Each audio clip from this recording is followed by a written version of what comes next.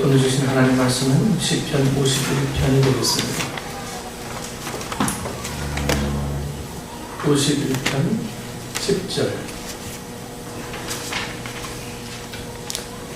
10절에서 15절 말씀까지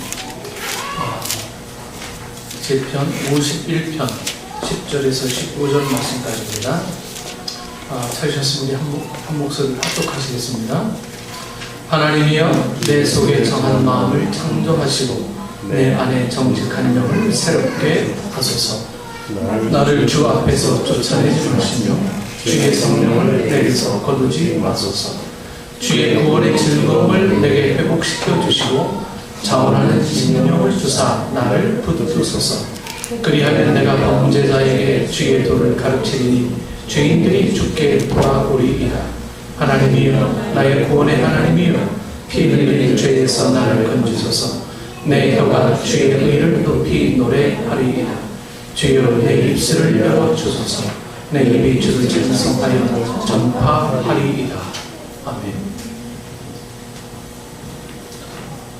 자원하는 심령으로 라는 제목으로 우리 함께 은혜가 감사합니다. 오마이뉴스의 대표기자 오연호의 한국이 미국에게 당할 수밖에 없는 이유라는 그 책이 있어요. 그는 미국이 한국에서 잘못한 것들만 취재하여 책을 무려 4권이나 썼습니다. 그리고 미국을 좀 더 알아야 하겠다고 미국으로 이 오연호 기자는 넘어가게 됩니다. 그러나 오연호는 그 미국 현지에서 많은 것을 보고 취재하고 있던 중에 아주 중요한 것들을 깨닫습니다. 이 소련도 망하고 사회주의도 망했는데 미국이 이 호황을 누리는 이유가 무엇인가 연구한 결과가 바로 그 책입니다. 이 오 작가는 결론적으로 미국은 이 발룬티어 정신이 있기 때문에 망하지 않았다고 강조합니다. 이 발룬티어는 이 자원봉사자잖아요. 자원봉사자. 여러분 미국인이라면 저도 미국에 10년 넘게 살았기 때문에 그 발룬티어가 뭔지를 잘 압니다. 미국 사람은 거의 다 학생들뿐만 아니고 일주일에 몇 시간, 한 달에 며칠은 자원봉사를 해야 되는 줄로 알고 있어요. 그래서 이것을 안 하면 좀 사람 구실 못한다 이렇게 생각하고 사는 사람들이 미국 사람들입니다. 그래서 자기 동네에 주민센터 있잖아요. 주민센터나 아니면 자기네들이 하는 종교적인 주이시 센터나 아니면 자기네들 센터에 가서 봉사할 거리를 찾습니다.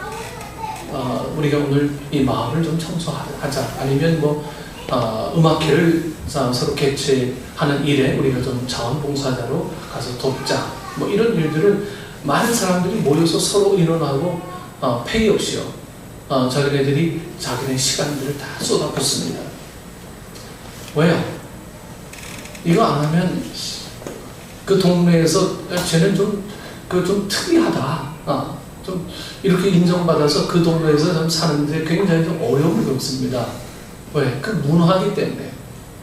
우리는 이런 문화를 갖고 있는 동네에서 사는데 나는 안 하면요 괜히 그 문화에서 좀 색다르게 독특하게 보여지게 돼서 사람 무시를 못하는 사람으로 좀 취급받기가 쉽습니다. 그래서 가는 곳마다 이 게시판이 있고요. 거기다 이제 자원 이 지망을 다 기록합니다. 나는 이날 시간대로 이날 몇 시부터 몇 시까지 하겠습니다. 그래서 자기 이름을 다 써놓고요. 주소, 전화번호 다 써놔요. 어디 가서 언제 봉사할 수 있다고 이게 자기가 이제 자원해서 다 써놓는 겁니다. 심지어 자원봉사를 위해 며칠씩 이 훈련을 받기도 합니다. 내가 자원봉사를 잘 하기 위해서 훈련도 받아요. 며칠 동안. 그들은 자신의 생애 중 몇 시간, 며칠 동안은 자원봉사를 해야만 된다고 머릿속에 늘 이렇게 고정되어 있어요. 그렇게 생각하고 있어요. 미국은 1년에 4천만 명이 자원봉사에 나선다고 합니다. 4천만 명이. 1년에 4천 명. 그러니까 우리나라 인구보다 조금 적은 수가 1년에 그만큼 매일 자원봉사해요. 그들은 어릴 때부터 훈련을 받았습니다. 자원봉사 성적이 없으면 대학 못 가요. 우리나라도 마찬가지지만 다 형식적인 것 같아 보니까요. 자원봉사면요 정말 열심히 합니다. 자원봉사면요. 저희 막내 이세린이도 자원봉사 하려고 방학 때 되면 매일 한 5시간씩 가서 막 봉사해요. 가서 봉사하고 자원봉사 점수 가지고 와서 학교에 제출하고. 어느 대학은요 자원봉사 성적이 진짜 고등학교 성적보다도 더 크게 영역을 차지하는 학교들이 꽤 많이 있어요. 그래서 너는 이 자원봉사 하는 그 기본이 되어 있으니까 우리 대학이 너를 원한다 해서 뽑아주는, 성적은 안 돼도 그렇게 뽑는 유명 대학들이 많이 있다고 합니다.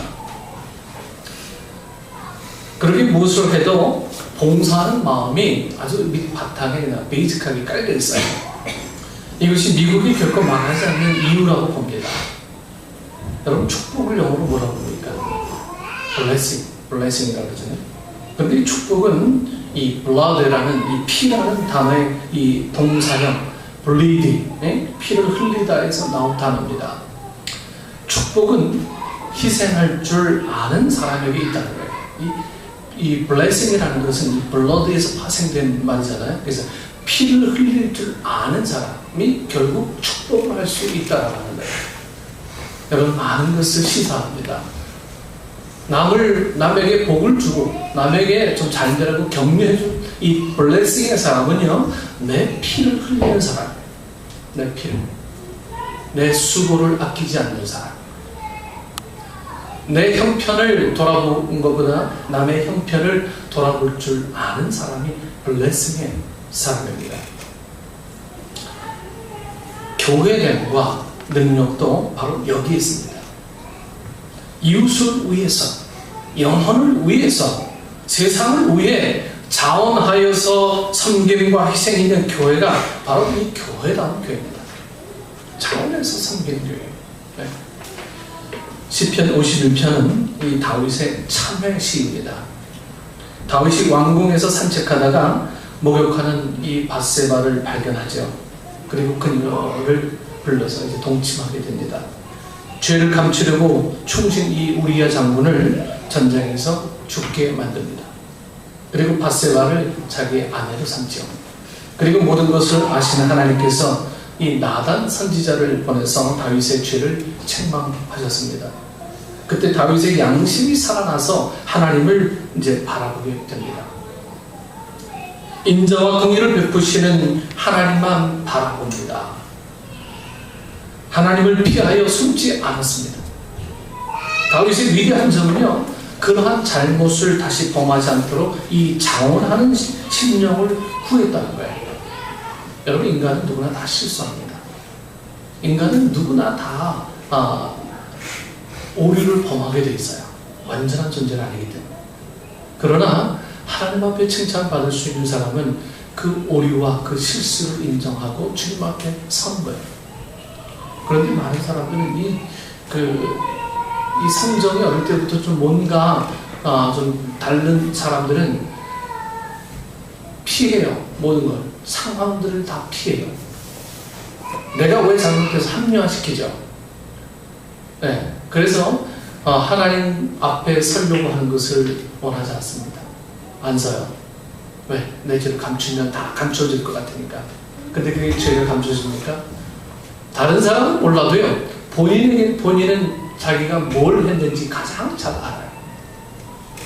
그래서 이 양심의 소리가 자기를 찔러대고 결국은 많은 사람들과 거리를 두게 되고 내가 좋아하는 사람만 늘 관계하려고 하는 이 습성들이 오늘 우리 속에 남아있게 됩니다.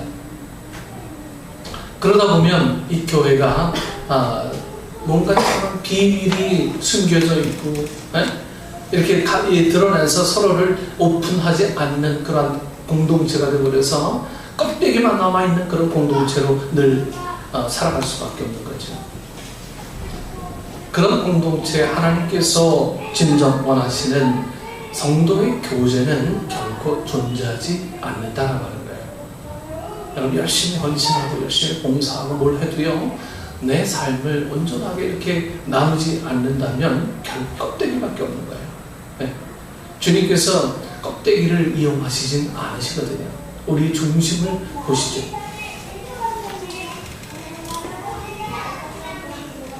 본문 12절 말씀입니다. 주의 구원의 즐거움을 내게 회복시켜 주시고 자원하는 심령을 주사 나를 붙드소서. 여기에 자원하는의 이 히브리 원어는 이 니디브라는 이 히브리어입니다. 니디브. 이 니디브라는 말은 기꺼이 하는 자발적인 뭐 이런 뜻이에요. 니디브가 즉 억지로가 아니라 우러러 나오는 마음이 이 자원하는 마음입니다. 우러서 하는 마음들. 다윗은 자원하는 심령을 달라고 하나님께 구했어요. 여러분, 자원하는 심령은 내가 허락해서 한다고 생각하지 마십시오. 자원하는 심령을 하나님이 허락해 주셔야만 자원하는 심령이 가능합니다. 여러분, 주인의식이 바뀌었죠. 내가 허락하는 것은 자원하는 게 아니에요. 그냥 허락하는 거죠. 하지만 하나님께서 이 다윗은 하나님께서 내게 주어 주십시오. 자원하는 마음. 그래야 내가 온전한 자원이 됩니다. 이렇게 고백하는 거예요. 그리고 자원하는 심령으로 여러분 뭘 행하기를 원하셨습니까? 이 자원하는 심령으로 첫 번째로 다윗은 회개하게 하소서라는 기도를 드립니다. 회개하게 하소서. 이 멕시코 지역에 이 아나브랩스라는 물고기가 있습니다. 이 물고기는요, 눈이 4개예요. 눈이 4개. 여러분, 이런 거 들어보셨어요? 이런 거 찾느라고 저 책 한참 쳤습니다. 2개는 물 속에 있어서 적의 공격을 이렇게 감시하고요. 2개는 물 밖에 있어서 이 곤충을 잡아먹습니다. 네, 참 편리하죠? 눈이 4개 있으면. 우리도 4개 있으면 뒤에 이렇게 딱 볼 텐데. 네, 4개 계신 별로 필요하지 않은데. 뒤에 사고 나는 것도 다 볼 텐데. 그런데 특이한 것은 이 물 밖에 있는 것은 이 눈 2개는요, 눈물샘이 없어서 오랜 시간 동안 물 밖에 있으면 눈이 막 건조해져가지고요, 볼 수가 없는 거예요. 눈물샘이 없어서. 네. 그래서 눈에 습기가 없으면 보이지 않는 거예요. 그래서 이 물고기는 규칙적으로 물 속에 이렇게 담가서 눈을 적셔줍니다. 그래야 시력을 회복해서 살아갈 수가 있어요. 사람의 눈도 때때로 여러분 이 회개의 눈물로 좀 적셔져야 합니다. 우리가 회개의 눈물로 좀 적셔져야 하나님께서 내게 뭘 원하시는지, 내가 목표하는 게 뭔지 이런 것들을 좀 밝혀볼 수 있을 텐데 우리는 회개의 눈물이 절대 적셔지지 않을 것 같아요. 눈을 부릅뜨고 살아야 한다고 말하지만 여러분 그게 잘 사는 게 아닙니다. 눈을 떠 있어도 코베 가는 세상이라고 얘기하죠. 하지만 눈을 부릅뜨고 사는 게 정말 잘 사는 겁니다. 눈이 충혈되도록 아둥바둥 되지만 여러분 그게 잘 사는 겁니까? 사람의 눈에도 좀 습기가 있어야 됩니다. 안습하지? 안습. 좀 안습이 좀 돼야 돼요. 안구에 좀 습기가 찰 수 있도록. 회개의 눈물로 우리 눈을 좀 적시셔야 돼요. 혹시 앞이 보이지 않는다, 뭐 살 길이 막막하다, 뭐 이런 생각으로 좀 답답함을 느낀다면 먼저 하나님 앞에 자원함으로 회개의 눈물로 여러분의 눈을 좀 적시십시오. 한숨만 짓지 말고요. 가슴만 막 치지 말고, 애매한 다른 곳에 화풀이하지 말고요. 여러분 하나님 앞에 나와 회개의 눈물을 좀 적시셔야 돼요. 그러면 여러분께서 살 길이 보일 것입니다. 본문 10절입니다. 하나님이 내 속에 정한 마음을 창조하시고 내 안에 정직한 영을 새롭게 하소서. 다윗은 이 범죄를 감추려다 깊은 수렁으로 들어가는 이 죄인을 긍휼히 여기시고 일깨워 주시는 하나님 앞에 감사했습니다. 나단 선지자의 책망을 들은 다윗은 자신을 향해 마땅히 죽을 자라고 고백합니다. 나단 선지자가 책망하니까요, 아니 내가 언제 그랬어? 라고 핑계대지 않았어요. 다윗은 즉시로 내가 마땅히 죽을 자입니다. 그리고 자신의 죄악을 바라봅니다. 가늠하고도 살인하고도 제사를 드렸습니다. 그러나 그가 드린 제사는 헛된 제사였습니다. 전혀 하나님께 상달되지 않았음을 깨달은 거예요. 하나님께서 구하시는 것은 오직 이 마음을 찢는 회개였습니다. 그냥 형식적으로 뭐 비둘기나 양이나 이런 걸 드리는 제사가 아니라 너의 마음을 찢어라 라고 하나님은 원하셨는데, 이 다윗은 아직도 잘 몰라. 회개는 했지만, 잘못했다고 인정을 했지만 하나님 앞에 온전한 제사가 뭔지를 몰라서 그냥 다른 제물만 드리면 되겠지. 하나님께서 원하시는 제물은 찢어진 심령입니다. 찢어진 심령, 찢어져서 좀 너덜너덜한 그 심령을 주님 원하세요. 마음을 찢는다는 것은 여러분 어떻게 하는 겁니까? 어떻게 해야 마음을 찢습니까? 더 괴롭게 해야? 그게 아니잖아요. 더 이상 하나님을 마음 밖에 두지 않고 내 마음 안에 오시도록 맞아 드리는 거예요. 주님, 내 안에 좀 살아주십시오. 이렇게. 여러분, 이것이 진정한 회개입니다. 이게 회개는 억지로 되는 것이 아니라 자원하는 심령으로 이루어져야 참된 회개입니다. 그래서 다윗은 이 왕의 체면, 이 왕의 권위도 다 버리고요, 진정으로 우러나오는 회개가 되도록 자원하는 심령을 달라고 이제 부르짖은 거예요. 그냥 형식적으로 제사 드려서 회개합니다 라고 하는 게 아니고, 정말 내 마음이 찢어져서 주님 앞에 온전하게 회개할 수 있도록 자원하는 마음을 내게 주십시오 라고 하는 이 기도를 다윗은 드리게 됩니다. 침상을 띄우는 회개로 눈물 바다를 이루었습니다. 어찌나 울었는지 침상이 막 뜰 정도예요. 네. 여러분, 이 나무가 물에 적셔지면 이렇게 불잖아요.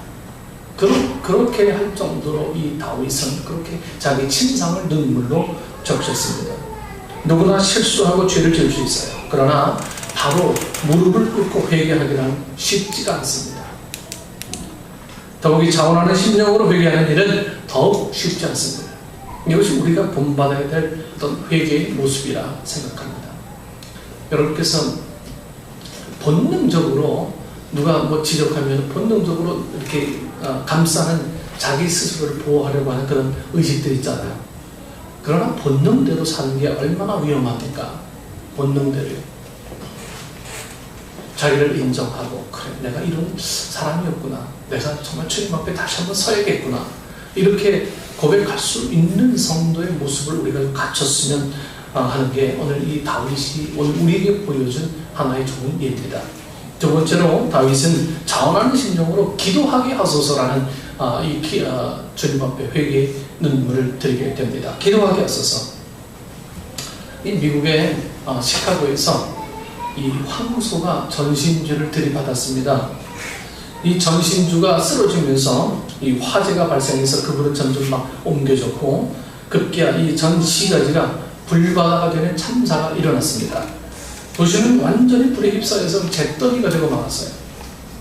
당시 기자들이 이 화재 현장을 취재하기 위해서 몰려들었는데, 이 무디 성경학교 옆에서 불타는 교회를 바라보고 있는 이 D.L. 무디, 여러분들이 가끔 성화를 보면 빵 하나 놓고 기도하는 할아버지 모습 보죠? 그게 D.L. 무디거든요. 네. 이 성경학교가 막 불타요. D.L. 무디가 그걸 바라보고 있어요. 그 기자가 그걸 본 거예요. 기자는 좀 비꼬듯이 묻습니다. 목사님은 설교하실 때마다 살아계신 하나님은 전지전능하셔서 무엇이든지 원하는 것을 다 이루신다고 하셨는데, 왜 하나님은 교회가 불타는 것을 그냥 보고만 계실까요? 좀 비웃듯 조롱하면서 이 뒤에 무디 목사님에게 물었습니다. 그때 무디는, 나는 오래전부터 하나님께 큰 예배당을 달라고 기도해 왔습니다. 기도의 응답으로 지금 교회당이 불타고 있는 것이라 믿습니다. 교회를 철거하려면 비용만 해도 많이 들 텐데, 네? 하나님이 해결해 주시니 그저 감사할 뿐입니다. 이렇게 이 D.L. 무디는 고백했어요. 기자가 다시 묻습니다. 그럼 교회를 지을 돈이라도 있습니까? 이렇게 묻습니다. 그러자 무디 목사는 이 옆구리에 끼고 있던 성경을 이렇게 펼치면서 돈은 가지고 나오지 못했지만 아무리 써도 바닥나지 않는 하나님의 근본인 성경을 가지고 나왔습니다. 얼마 안 가서 웅장한 하나님의 교회와 성경 학교를 보게 될 것입니다 하고 이 디모데는 이 그 기자에게 말했습니다. 그의 말대로 얼마 기적과 같은 일이 일어났습니다. 이 커다란 무디 성경 학교와 아름다운 교회가 이 시카고에 세워집니다. 어떤 상황에서도 기도는 하나님의 응답을 가져옵니다. 자원하여 기도하면 더욱 하나님은 응답하여 주실 것입니다. 여러분, 자원해서 기도합니다. 시간 맞춰서 기도하고 하는 그 기도들, 자원하는 심령으로 하는 기도에는 하나님께서 결코 외면하지 않으실 거라 믿습니다. 여러분께서 우리 이 간증 집회를 위해서 얼마나 기도하시는지 몰라요. 제가 지난주에 얘기했죠. 장로는 하루에 3시간 기도하신다. 하지만 우리는 적어도 한 1시간 정도 기도합시다. 네. 근데 이 간증 집회는 아직 우리 삶 속에는 좀 멀리 있는 얘기 같아요. 네. 이건 남의 행사가 아니라 이 오목사 행사가 아니라 우리 저는 이 교회 행사 별로 좋아하지 않습니다. 하지만 이 간증 집회를 통해서 이 행사가 아니라 예배입니다. 이 예배를 통해서 하나님께서 말씀하고자 하시는 이유가 있기 때문에 이 강창섭 장로를 불러주시고 이 교회에 이런 간증 집회를 세우신 것이라 저는 그렇게 믿고 있습니다. 하지만 우리가 여전히 남의 일처럼 보고 있다면 아직까지도 이 간증 집회가 그냥 행사라고 치부해버리면 여러분은 그 자리에 머물러 있게 될 뿐입니다. 기도할 이유도 없고요. 열심히 할 이유도 없고요. 네. 그래서 정말 생명을 사랑하는 그 영혼들에 대해서 우리가 좀 듣게 하는 그런 열정이 우리에게 없다면 하나님은 정말 자원하는 심령으로 우리에게 어떠한 복을 주실지에 대해서는 우리 예외일 수밖에 없죠. 세 번째로 봉사하게 하소서. 봉사하게 하소서. 기도하게 하소서에서 한마디 좀 더 드립니다. 예레미야 29장 12절입니다.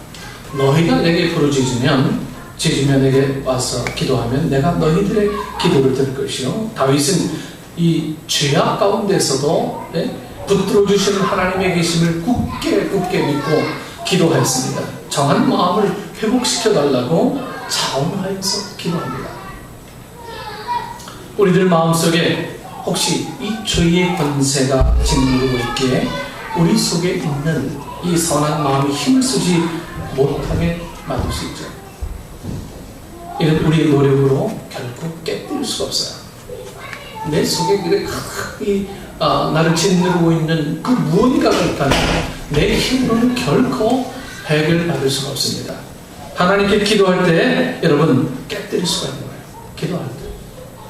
그래서 우리가 한숨 짓기보다는요, 하나님을 먼저 기도하십시오.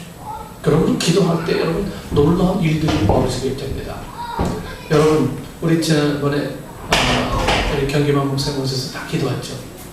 여러분 속에는 혹시 이런 생각 갖고 있는지 몰라요. 그 기도하는 그 순간에 모든 게 다 해결될 거라. 여러분 천만의 말씀입니다. 기도 받은 후에 내 자세가 정말 하나님 앞에 기도자의 자세로 계속 엎드려 기도할 때에 그 기도를 통해서 오시는 하나님의 은혜가 치유의 은혜로 나타나는 거죠. 그 순간 한 번으로 물론 나타나는 경우도 있어요. 하지만 대부분의 경우는요, 이 기도를 받고 난 후에 내 기도의 자세, 내 병을 바라보는, 내 삶을 바라보는 삶의 자세에 따라서 치유가 있느냐 없느냐가 모든 게 결정이 됩니다. 그래서 여러분들은요, 기도가 안 됐어, 이렇게 얘기한다면 분명히 내가 기도 안 하고 있구나. 내가 기도 안 하고 하나님의 기적만을 바라고 나는 감당돼서 입만 벌리고 있구나. 이런 형태로 우리는 신앙생활을 해왔는지 모릅니다. 여러분 설교를 듣고 한 주간 동안 내가 뭘 하고 살아야 될지 딱 한 가지만 건지세요. 새로운 사람 공부할 때 보니까 토요일날 공부하잖아요. 수요일날 무슨 설교했죠? 했더니 아무도 몰라. 여러분 설교가 오래 남지 않습니다. 하나만 건지세요. 하나만. 100% 은혜 받으려고 하지 말고요. 오늘 내가 뭘 한 주간 동안 살아야 될지 하나만 건지세요. 자원하는 기도를 통해서 우리를 살리시고 회복케 하시는 하나님의 은혜가 임하기를 축원합니다. 세 번째로 이 봉사하게 하소서. 이 다윗은 그렇게 기도합니다. 이 알버트 슈바이처는 이 병들어 죽어가는 흑인들을 보고 이제 의학 공부를 시작했죠. 흑인들이 병들어 죽어가는 거 보고 저들은 어떻게 살릴 수 있을까? 그걸 보고 이제 의사가 됩니다. 당시 사상가요, 신학자요, 음악가로서 존경받는 인물이었지만 그는 아프리카로 가서 이 병원을 개설합니다. 그러한 헌신적 노력으로 53살, 53세 이 괴테상을 받았어요. 그리고 76세에 프랑크 아카데미 프랑세스의 어떤 회원이 되었고요. 77세에 노벨 평화상을 받습니다. 노벨상 수상금으로 나환자촌을 세워서 많은 이들을 도와줍니다. 90세에는 세계의 존경을 받으며 세상을 떠나죠. 생전에 이 슈바이처 박사의 동료 교수가 이런 질문을 했다고 합니다. 자네는 가만히 있어도 생활이 보장되고 편안한 생활을 할 수 있는데 왜 아프리카에 가서 그런 고생을 하냐?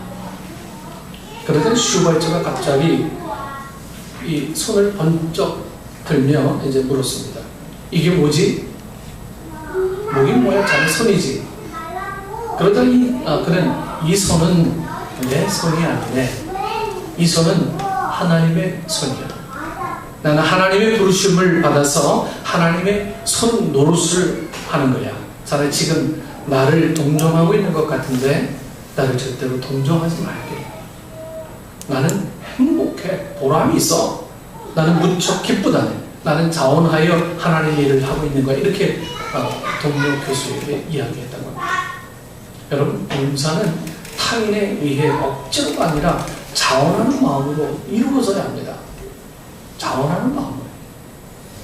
그럴 때 거기에서 오는 기쁨들은 그걸 지켜보는 사람들도 막 기쁜 거예요. 어쩌면 저렇게 기쁘게 자원해서 헌신하고 봉사해요. 저도 가끔 그런 마음이 들어요. 한번 뭘 시켰는데 억지로 해 그냥 막 그럼 다시는 시키고 싶은 마음이 없는 거예요. 억지로. 자원해서 많은 사람을 기쁘게 하는 거예요.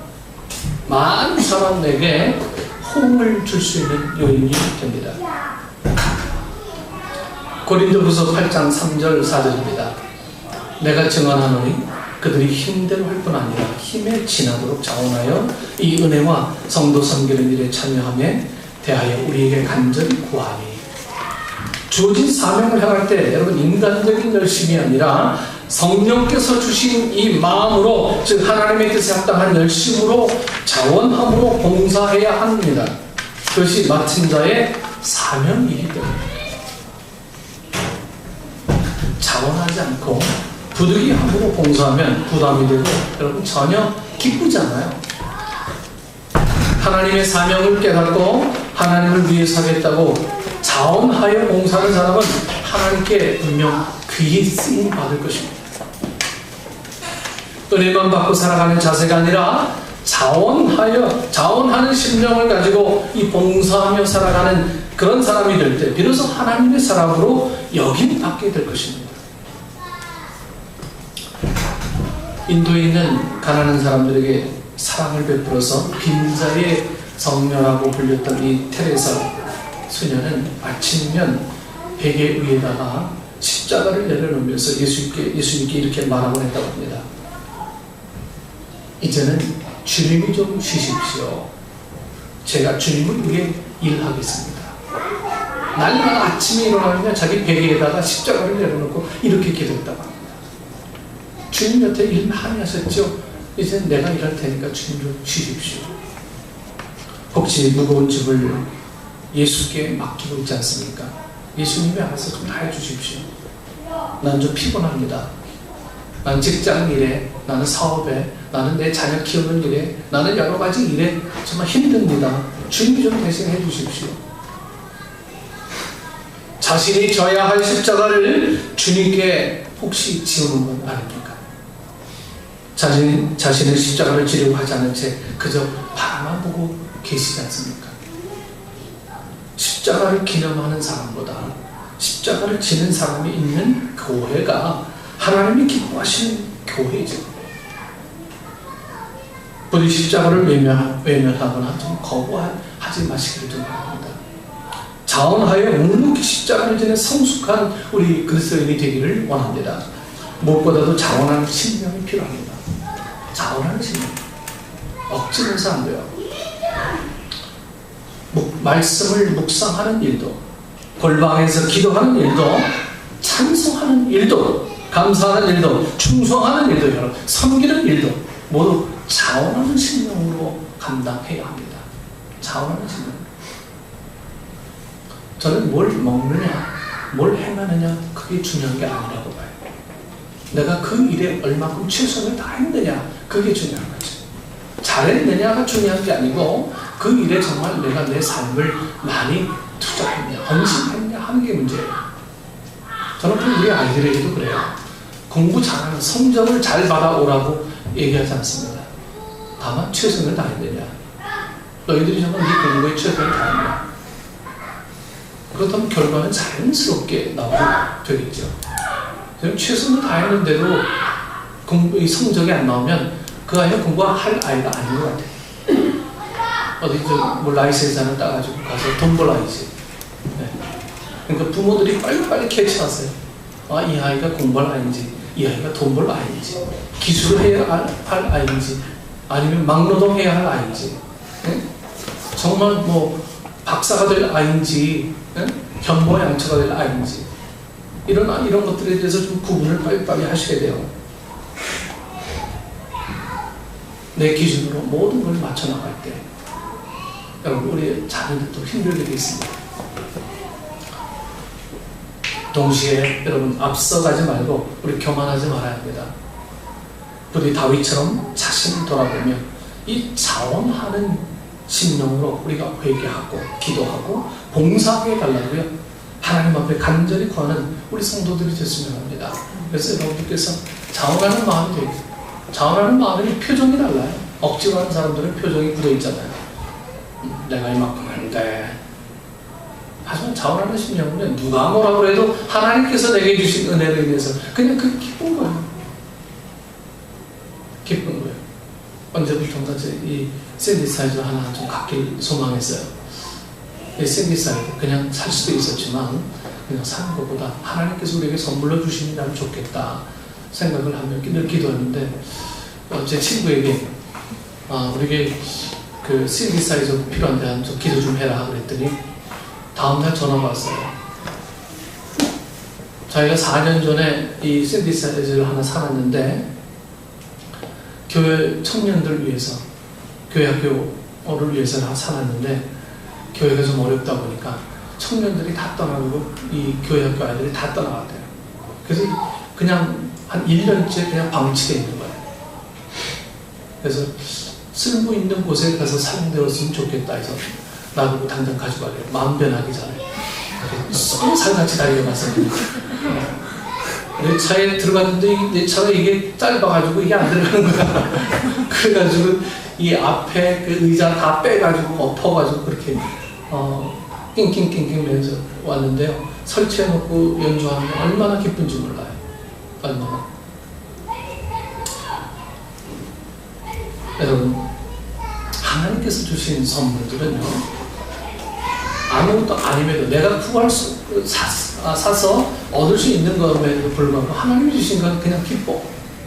그냥 기뻐요. 근데 억지로 하는 거는 좀 부자연스럽습니다. 억지로 하는 건 부자연스럽고요. 그래서 우리 교회가 좀 자원하는 신령이 좀 많았으면 좋겠습니다. 자원해서 내가 뭘 하겠습니다. 뭘 하겠습니다. 뭘 하겠습니다. 우리 간증 집회합니다. 그럼 내가 뭘 하면 좋겠습니까? 좀 물어봐 줬으면 좋겠어요.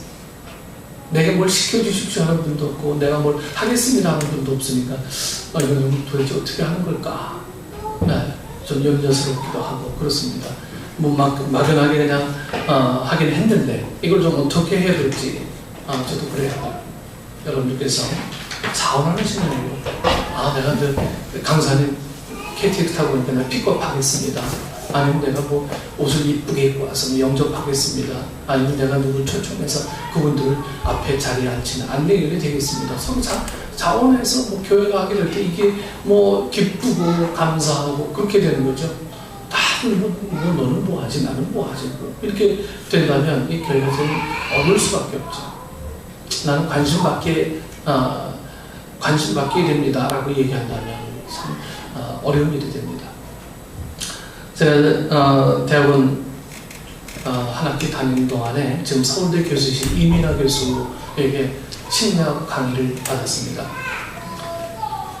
얼마 전에 이제 그 TV에서 이민아 교수가 나와서 여러 가지 토론을 하더라고요. 그 이민아 교수님하고 이제 대화하는 가운데 저는 목회자예요. 목사인 걸 이제 알고 있고요. 그 이민아 교수는 아직 그냥 교회 집사입니다. 얼마나 예리하든지 목사들은 막 그냥 한손하게 자꾸 막 흔들어요. 심리학을 하다 보니까. 그래서 제가 질문합니다. 교수님, 예배 드릴 때 그 뒤에 앉거나 뭐 눈을 감거나 사이드에 뭐 이렇게 앉는 사람들은 어떤 심리를 갖고 있습니까?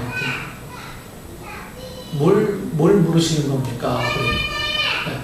아니 왜 목사하고 가까운 거리에서 이 설교 듣고 대화하는 걸 좀 거부합니까?